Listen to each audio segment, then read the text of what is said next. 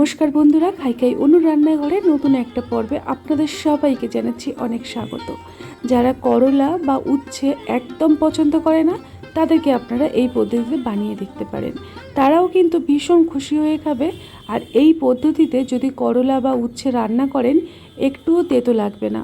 তো চলুন দেখে নিই কীভাবে তৈরি করছি। আমি এখানে করলাগুলোকে ভালোভাবে প্রয়োজন মতো করে কেটে নেব। এই দেখুন, মাঝখানের আমি বীজগুলোকে ফেলে দিচ্ছি। অনেকে আছেন বীজ পছন্দ করেন, সেক্ষেত্রে আপনারা বীজ সমেত রান্নাটা করতে পারেন, তবে আমি এখানে মাঝখানের এই অংশগুলোকে বাদ দিয়ে দিচ্ছি। রেসিপিটি প্রথম থেকে দেখতে থাকুন, আশা করছি আপনাদের কিন্তু ভালো লাগবে। আপনাদের কাছে একটাই অনুরোধ রইল, যদি দেখার পরে সবার শেষে ভালো লাগে তাহলে প্লিজ একটা লাইক দিয়ে, আর যদি মনে হয় এই রকমই আরও রেসিপি দেখতে চাইছেন তাহলে খাই খাই অনুর রান্নাঘর চ্যানেলটিকে সাবস্ক্রাইব করে নিতে পারেন। এবারে করলাগুলোকে আমি একটু মোটা রেখে রেখে কেটে নেব। এই দেখুন, এই রকমভাবে কেটে নিতে হবে।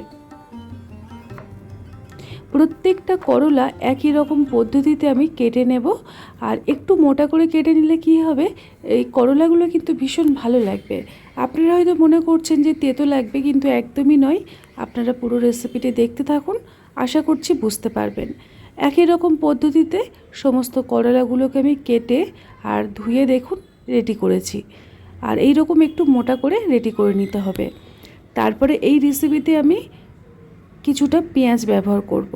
এখানে যেহেতু আমি ছোট্ট সাইজের পেঁয়াজ নিয়েছি তাই আমি দুটো পেঁয়াজ নিয়েছি। আর এই রান্নাটাতে একটু পেঁয়াজের পরিমাণটা কিন্তু বেশি লাগবে, কেননা করলা তো তেতো, আর পেঁয়াজটা দিলে করলার দেখবেন পেঁয়াজের একটা মিষ্টি ভাব থাকে, তাতে করে করলার তেতো ভাবটাকে অনেকটা কমিয়ে দেয়, আর খেতে কিন্তু ভীষণ ভালো লাগে। আর তাছাড়াও আমি এখানে এমন একটা বিশেষ উপকরণ ব্যবহার করব যার জন্য এই করলার স্বাদ কিন্তু তেতো থেকে একদম পাল্টে গিয়ে নর্মাল হয়ে যাবে। দেখুন, পেঁয়াজগুলোকে না এই রকমভাবে স্লাইসগুলোকে আমি ছাড়িয়ে নিচ্ছি। এতে করে দেখবেন যখন করলার সাথে একটাভাবে সব মিশে যাবে, খুব ভালো লাগবে। তো দেখুন, সমস্ত পেঁয়াজগুলোকে আমি স্লাইসগুলো ছাড়িয়ে নিয়েছি। এখন একটা কড়াইয়ের মধ্যে আমি দিয়ে দেব 3 চামচের মতো রিফাইন তেল। তেলটাকে খুব ভালো করে হাই হিটে প্রথমে আমি গরম করে নিলাম। তারপরে আমি এখানে আগের থেকে যে করলাগুলোকে আমি কেটে ধুয়ে রেডি করে রেখেছিলাম সেগুলোকে তেলের মধ্যে দিয়ে দিয়েছি। দিয়ে ভালো করে তেলের মধ্যে আমি কিছুক্ষণ নাড়িয়ে চাড়িয়ে এটাকে সব কিছুর সাথে মিশিয়ে নেব।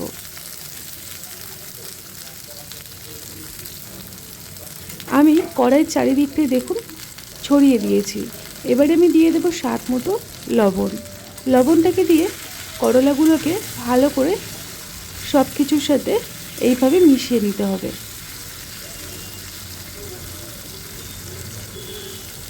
বন্ধুরা, রেসিপিটি কিন্তু একদম সহজ সরল আর সাধারণ। আমি এখানে খুব সামান্য পরিমাণে হলুদ গুঁড়ো আর ঝালের জন্য অল্প একটু লাল লঙ্কার গুঁড়ো ব্যবহার করলাম। তবে এই লঙ্কা গুঁড়োটা ব্যবহার করলে ঝাল হবে না, তবে টেস্টটা কিন্তু ভালো আসে। আপনারা যদি অপছন্দ করেন তাহলে সেক্ষেত্রে নাও দিতে পারেন।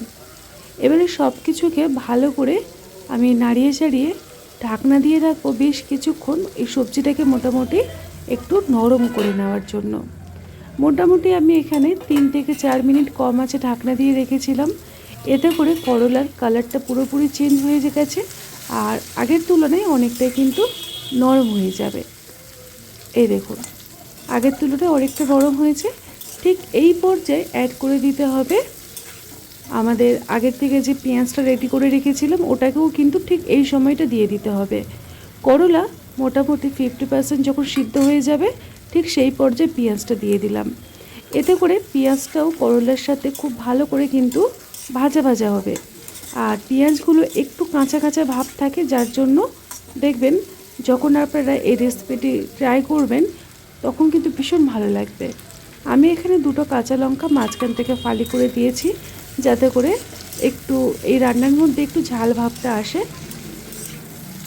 দেখুন, কাঁচা লঙ্কাগুলোকে দিয়ে আমি করলা পেঁয়াজ সব কিছুকে ভালো করে নাড়িয়ে চাড়িয়ে, আর আমি কিন্তু ঢাকনা দেব না, এইভাবেই ঢাকনা ছাড়া আমি লো টু মিডিয়াম ফ্লেমে রেখে সবজিটাকে ভালো করে ভেজে নেব। এখানে বন্ধুরা দেখুন, আমি চামচের একটা ছোট্ট চা চামচের হাফ চামচ পরিমাণে পোস্তদানা ব্যবহার করলাম। এই পোস্তদানাটা সম্পূর্ণ অপশনাল, আপনারা কিন্তু নাও দিতে পারেন, তবে দিলে কিন্তু ভীষণ ভালো একটা টেস্ট আসে। আমি মোটামুটি 3 থেকে 4 মিনিট কম আঁচে রেখে ঢাকনা না দিয়ে ভালো করে করলাগুলোকে ভেজে নিয়েছি। পোস্তদানাটা দেওয়ার ফলে দেখবেন পোস্তটাও কিন্তু তেলের সাথে ভালো করে ভাজা ভাজা হয়ে যায়। এই রকমভাবে বেশ কিছুক্ষণ আমি নাড়িয়ে চাড়িয়ে একদম শুকনো করে ভেজে নেব। করলা বা উচ্ছে বন্ধুরা আপনারা এই রকম করে যখনই ভাজবেন দেখবেন এটা কিন্তু রুটি দিয়েও আপনারা খেতে পারবেন, আর ভাত দিয়েও শুকনোভাবে মেখে খেতে ভীষণ ভালো লাগে, আর এতটা টেস্টি হয় মানে বাচ্চারাও কিন্তু আপনার থেকে চেয়ে চেয়ে খাবে। তো এখন আমি এখানে একটা বিশেষ উপকরণ, সেটা হলো আমচুর পাউডার। আমি সবার শেষে এখানে অ্যাড করলাম, এতে করে করলার তেতো ভাব একদম কমে যাবে, আর এটা কিন্তু ভীষণ চটপটা তৈরি হবে। তো এই আমচুর পাউডার আপনারা হাতের মানে সেই সময় হাতের কাছে যদি না থাকে তাহলে আপনারা কিন্তু 1 চামচ পরিমাণে লেবুর রস দিতে পারেন অথবা হোয়াইট ভিনেগার অ্যাড করতে পারেন। আমার আজকের করলা পেঁয়াজ দিয়ে ভাজা হয়ে গেছে। এখন একটা পাত্রের মধ্যে আমি গরম গরম সার্ভ করে নেব এটাকে পরিবেশন করার জন্য। খাই খাই অনুর রান্নাঘরের প্রত্যেকটা রেসিপি হয় সহজ সরল সাধারণ। যদি ভালো লাগে তাহলে প্লিজ চ্যানেলটিকে সাবস্ক্রাইব করে নেবেন, আর যদি মনে হয় রেসিপিটি শেয়ার করার প্রয়োজন তাহলে শেয়ারও করতে পারেন। আজকের মতো এই পর্যন্ত, সবাই ভালো থাকবেন, সুস্থ থাকবেন, টাটা।